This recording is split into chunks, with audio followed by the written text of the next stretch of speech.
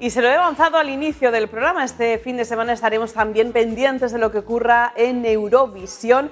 Está con nosotros Darío Ledesma, que es investigador y especialista musical, buen conocedor de todo lo que ocurre en Eurovisión. ¿Qué tal? ¿Cómo está usted, caballero? Buenos días, María. Encantado de estar de nuevo aquí. Pues nosotros hemos querido saber también si los murcianos siguen el festival y sobre todo si se acuerdan, ¿no?, de los artistas españoles que han pasado por Eurovisión a lo largo de estos años y de las canciones. ¿Qué canciones les han marcado más? A ver qué te parece. El Festival de Eurovisión. ¡Ay! Es uno de los grandes clásicos de los grandes festivales de la música.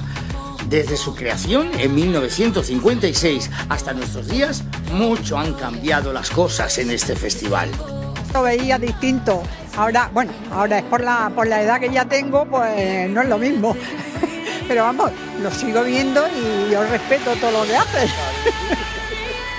Me gusta la música, las canciones, pero la verdad que no lo sigo, solamente veo cuando actúa España, si no me lo pierdo, y poco más, la verdad. El festival siempre ha reunido durante décadas a familias enteras y a grupos de amigos en torno a la televisión en una competición musical en la que se animaba a España. Bueno, me gusta mucho por las canciones que cantan y todo, es que yo soy muy moderna. que estábamos pendientes de las cosas buenas que estaban antes. Lo que ahora echan vale poco. Ya está. ¿Y lo de la Eurovisión qué? Pues me gustó mucho. Aunque no ganáramos nunca o pocas veces estuviéramos entre los favoritos en la votación. Bueno, yo quiero decir que sí, que soy muy seguidor. Ahora se le llama fan eurofan, pero me gusta muchísimo la Eurovisión y creo que lo he visto todos los años, a excepción del año 68, cuando ganó Maciel, que me pilló en la mili y no lo pude ver en directo. Hay quienes opinan que el festival ha tomado un carácter político y que de música, cada vez menos. Mire usted, antes lo veía todos los años, pero hasta que me di cuenta que esto no es cante, esto es política, y a mí la política paso de ella, con lo cual la canción que gane, pues mira que se la lleve. Países no votan como verdaderamente cantamos España, porque hemos llevado canciones preciosas, y no. Pero no lo sigo. Nunca me ha llamado la atención. No. Ahí quedan los artistas que han representado a España en Eurovisión y las canciones que han quedado en nuestra memoria musical.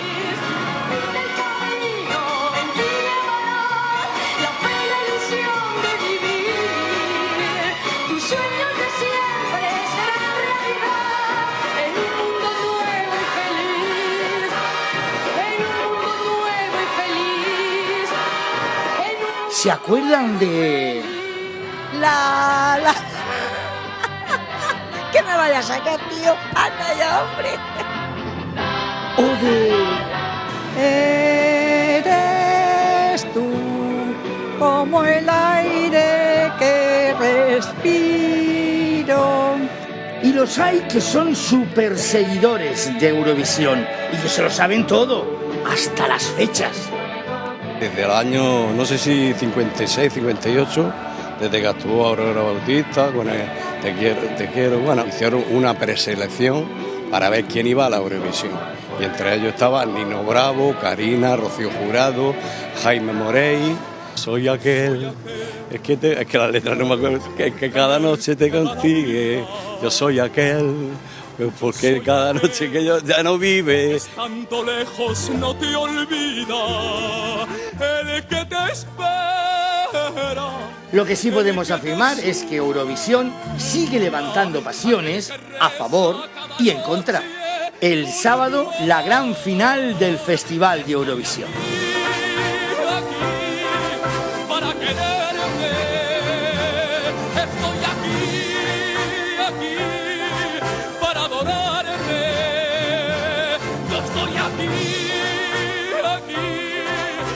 Decirte amor. El más grande, oye, Rafael, que por cierto ha sido el único que ha ido en 2 ocasiones a Eurovisión, ¿eh? 2 ocasiones, en el 66 y en el 67, pero hay otros artistas que han ido 2 veces. Por ejemplo, Conchita Bautista, que fue la que inauguró la participación. Jolín, pues tenía el dato de... Es que muchas veces se confunden los datos en internet, pero sí, Conchita Bautista Participó en el 61, que fue el primer año de España en Eurovisión, y posteriormente también, y luego Serafín Zubiri, que precisamente hablaba esta mañana con él, que es amigo mío, participó también 2 veces, fueron 3 artistas. Irreconocible Rafael, por cierto, aquí, bueno, en estas imágenes. Han pasado muchos Madre años. España ha participado en este festival hasta en 62 ocasiones, y es verdad que está en ese grupo de países privilegiados que nos mandan directamente a la final, ¿no? Hoy alguien decía en redacción, pero ¿España ha pasado o no ha pasado? España, como paga, siempre pasa. Siempre pasa, ¿no? Es así. Es así. Y de hecho, bueno, como es un concurso que además tiene muchos seguidores en España, también tiene sus detractores, pero es verdad que España es un país eurovisivo desde siempre, ¿no? Desde que empezaron, sobre todo a partir del triunfo de Maciel en 1968, que fue cuando nosotros nos sentimos ya un poquito más importantes dentro del festival. Todos los años ha generado mucho seguimiento, pero también muchas polémicas. Ha habido ciertas polémicas en torno a la participación de España. Hablamos de Maciel, que ha sido la gran triunfadora, podemos decir, quien logró la gran victoria en el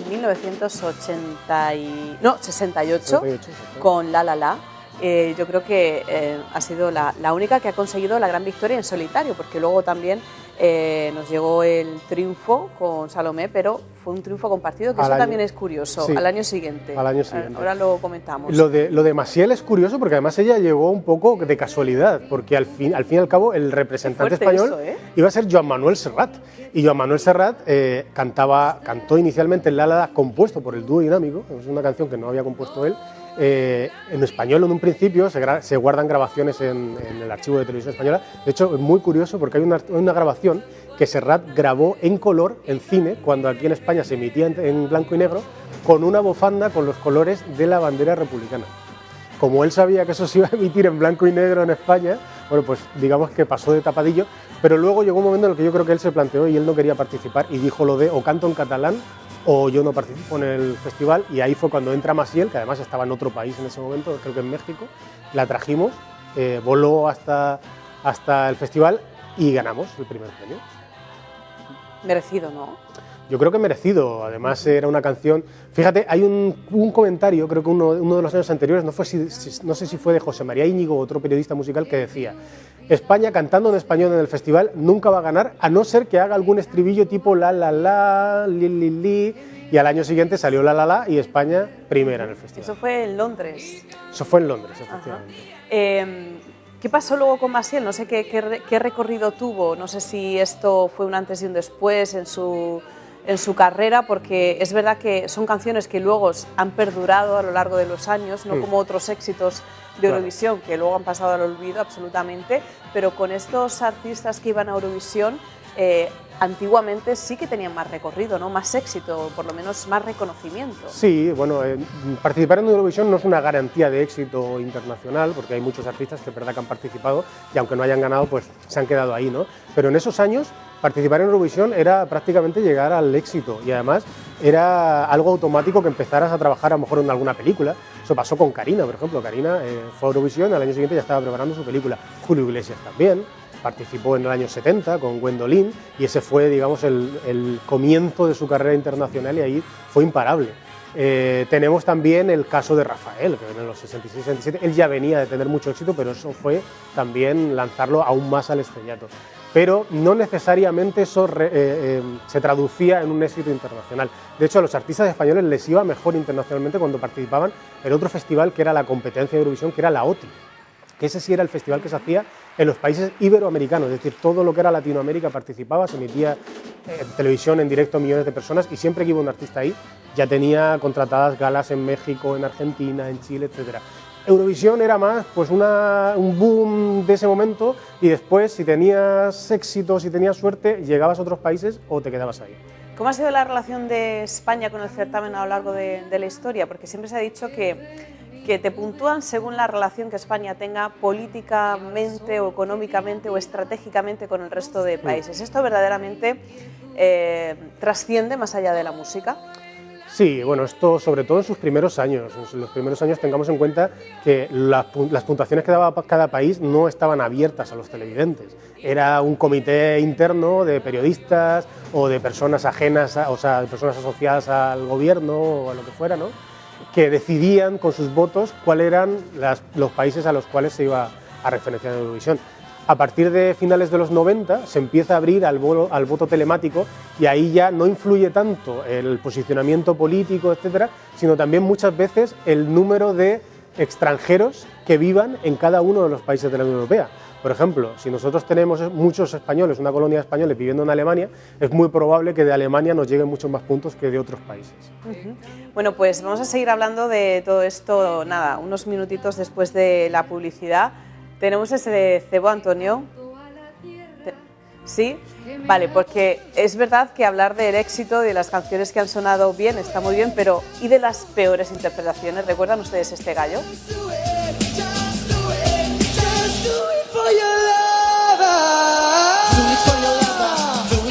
Enseguida vemos también las peores interpretaciones que han pasado por Eurovisión.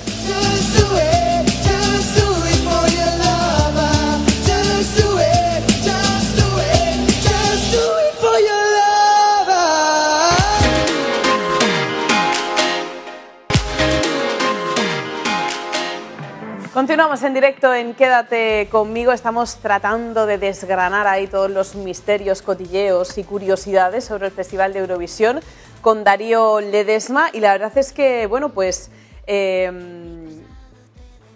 a decir, no nos ha ido tan mal, pero bueno, de 62 ganar solo 2, la estadística no es muy buena, ¿no, Darío? Hemos tenido nuestros más y nuestros menos, sí, la verdad. ¿Cuál sería para ti la mejor actuación que ha tenido España? La mejor actuación. Uy, es que es difícil, ¿eh? A mí me gustan mucho las de Rafael, si bien no quedó como en tan buena posición, pero siempre creo que quedaron sexto y séptimo puesto, pero fueron interpretaciones muy buenas, y últimamente la que más me ha gustado desde luego fue la de Chanel. Estuvo espectacular, ¿eh? ¿Quedó cuarta? Quedó tercera. Tercera. Ese año teníamos que haber ganado, ¿no? Ese año yo creo que lo teníamos todo para ganar. Sí, es verdad. Yo creo que... ¿Y qué te parece Nebulosa? De ese año. Bueno, no es de mis favoritas, no comulgo mucho con la letra ni con la puesta en escena, creo que nos iría mucho mejor con algo un poquito más, que genere más impacto, pero que sea menos transgresor, a lo mejor en la puesta en escena. Pero bueno, veremos lo que pasa. Las apuestas la verdad es que no la dan por favorito. ¿No te da la impresión de que que Eurovisión en estos últimos años, tanto por la escenografía como por la temática, los propios bailarines y los artistas, se ha convertido más en una performance que en una canción? Sí, puede ser. Anteriormente, pues tú ves las retransmisiones de los años 70 y era un escenario, un cantante, el coro y poquito más, ¿no? Y al final lo que tenía realmente ese impacto era la canción, la interpretación, la voz del intérprete. Ahora hay muchísimas otras variables que entran en juego, ¿no? Y claro, al final también ahora tenemos el voto telemático de los espectadores, antes era un jurado interno, y ahí también entra mucho pues la emocionalidad, el sentirte de alguna forma identificado por un país determinado. Eso también son variables. Es un festival musical, pero que entran muchas variables de todo tipo. Bueno, el sonido sigue siendo en directo, ¿no? La voz. Por lo menos la voz siempre tiene que ser. La voz sigue siendo en directo, sí, ¿no? Ahí por lo es. menos. Y el tema de las votaciones es uno de los aspectos que ha cambiado este año, ¿no? Es una de las novedades. Sí. Ahora hay más porcentaje de voto del público. Exactamente. Siempre ha habido un híbrido entre el voto de un jurado o de un comité seleccionado y el voto del público, pero este año ha aumentado ese porcentaje, por tanto, bueno, entendemos que todo este tipo de cuestiones políticas y tal se reducirán. ¿Y esto a quién favorece? Entiendo a aquellos países que tengan más población, ¿no? Por ejemplo, sí. O más poder, más riqueza, más, ¿no? Claro, pero bueno, al final con una puesta en escena, a lo mejor con poca inversión, también puedes llegar a un público e impactar bastante. Yo creo que tiene mucho que ver con la canción, no tiene que ver tanto con cuestiones económicas o políticas. Háblame del caso de Karina, que decías que había sido algo particular su llegada a Eurovisión. Sí, porque es verdad que España, nosotros siempre, hasta el año 69, la designación del representante español era un poco a dedo, ¿no? Como que se reunían representantes de televisión española y decían, pues va a ir Rafael, o va a ir Conchita Bautista, va a ir tal. En el 69 se empieza a hacer un festival, que es el Festival de la Canción Española, en el cual se presentan canciones por dos artistas, y entonces una canción la interpretan dos artistas distintos y se van eligiendo cuál artista y cuál canción va a representar. Y en el 71, así se eligió de hecho a Julio Iglesias, y en el 71 Televisión Española decide innovar y crea el antecedente a lo que hoy conocemos como Operación Triunfo, que es Pasaporte a Dublín. Pasaporte Dublín era un programa que se emitía todas las semanas, durante 12 semanas consecutivas, en el que 10 cantantes o 10 intérpretes competían entre sí para llegar a ser representantes de Eurovisión. Ahora, la diferencia está en que eran cantantes que tenían ya una carrera determinada. Estamos hablando de Nino Bravo, de Rocío Jurado, de Junior, de Jaime Morey, había una cantante valenciana también que se llamaba Dova, Los Mismos, o sea, eran cantantes bastante conocidos, Karina, lógicamente, por el público, y durante esas 12 semanas fueron interpretando además canciones que no tenían nada que ver con ellos. Algo parecido a lo que ha ocurrido en los últimos años con Operación Triunfo, ¿no? Camino hacia Eurovisión. Exactamente, ahora Televisión Española pues rescató ese formato, hizo Operación Triunfo, ahora el Benidorm Fest, que es el heredero del Festival de Benidorm antiguamente.